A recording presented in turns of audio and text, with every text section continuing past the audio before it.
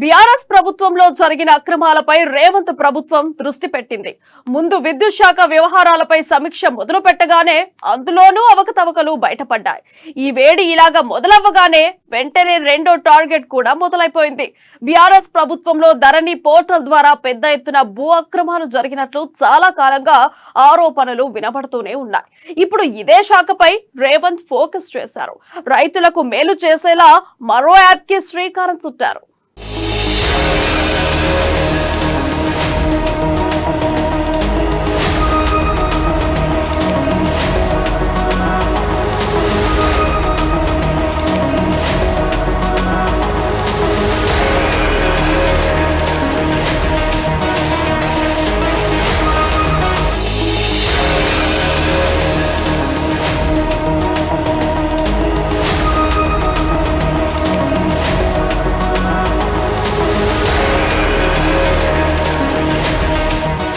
వరుస సమీక్షలతో సీఎం రేవంత్ దూకుడు. మొదట విద్యుత్ శాఖపై రివ్యూలు,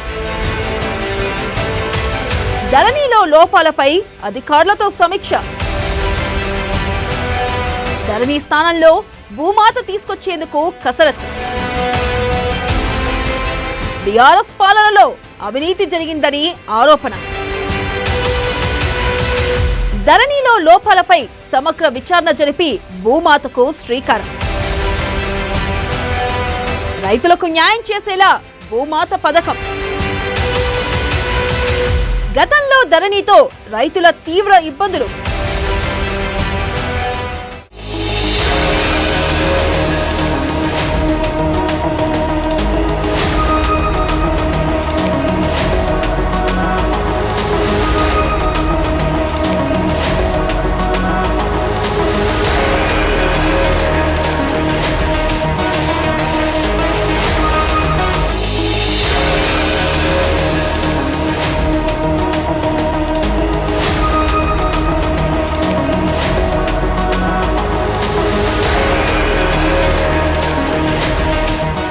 తెలంగాణ ముఖ్యమంత్రిగా రేవంత్ రెడ్డి బాధ్యతలు చేపట్టాక మొదటి రివ్యూ విద్యుత్ మీద చేశారు.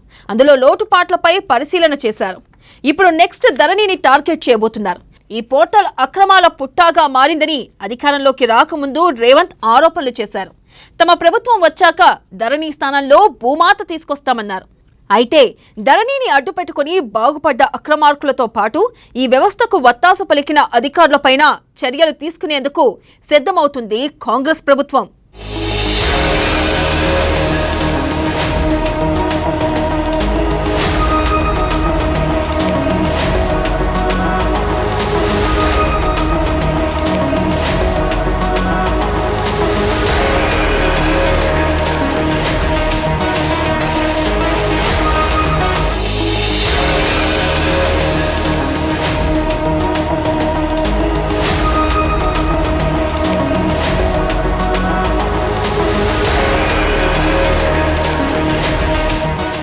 ఇక ధరణి పోర్టల్ పారదర్శకంగా ఉంటుందని, రైతులకు మేలు చేస్తుందని అప్పటి సీఎం కేసీఆర్ చెప్పుకొచ్చారు. కానీ లక్షల మంది రైతులకు ఇది శాపంగా మారింది. ఏళ్ల తరబడి వారసత్వంగా వచ్చిన భూములు కొనుగోలు చేసి స్వాధీనంలో ఉన్న పట్టా భూములు కూడా పరాధీనం అయిపోవడంతో రైతన్నలు లభోదిబోమన్నారు.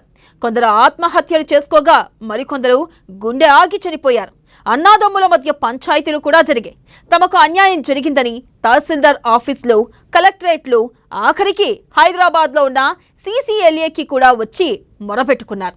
అయినా ప్రభుత్వం వారి గోడు పట్టించుకోలేదు.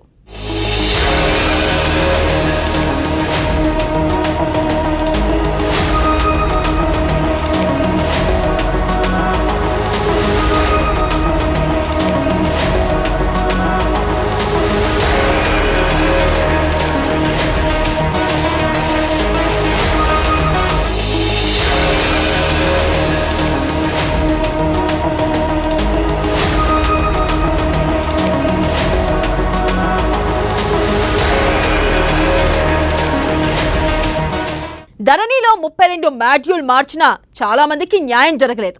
ధరణి పోర్టల్ను అడ్డుపెట్టుకొని కొందరు బీఆర్ఎస్ నేతలు, మంత్రులు భూ కబ్జాలు చేసినట్లు ఆరోపణలు కూడా వచ్చాయి. రాత్రికి రాత్రే ప్రభుత్వ భూములను తమ పేరున మార్చుకున్నట్టు విమర్శలు వచ్చాయి. పోలింగ్ తేదీకి ఫలితాలకు మధ్య ఉన్న 1-2 రోజుల్లోనూ హైదరాబాద్ శివార్లో భూముల బదలాయింపు జరిగిందని రేవంత్ రెడ్డి, బట్టి విక్రమార్క తదితరులు సిఈసి వికాస్ రాజ్ కి కంప్లైంట్ కూడా ఇచ్చారు.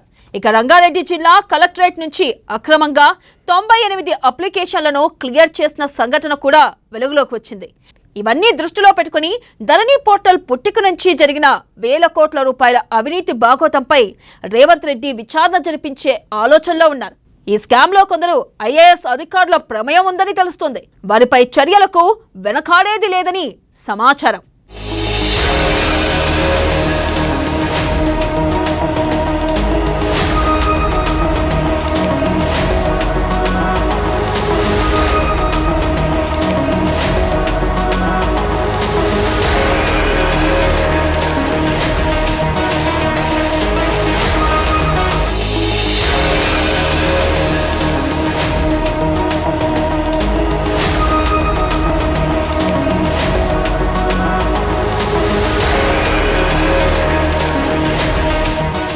ప్రధానంగా రంగారెడ్డి, మేడ్చల్, సంగారెడ్డి జిల్లాల్లోనే ధరణి దందా నడిచినట్టు కాంగ్రెస్ ప్రభుత్వం దృష్టికి వచ్చింది.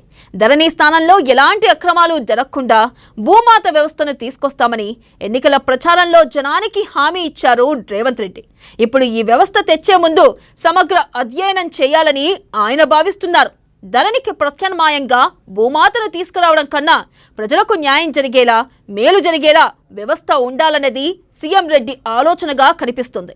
భూ సమస్యలపై అధ్యయనానికి కమిటీ వేస్తారా లేదా అన్నది వచ్చే వారంలో తెలిసే అవకాశాలు ఉన్నాయి.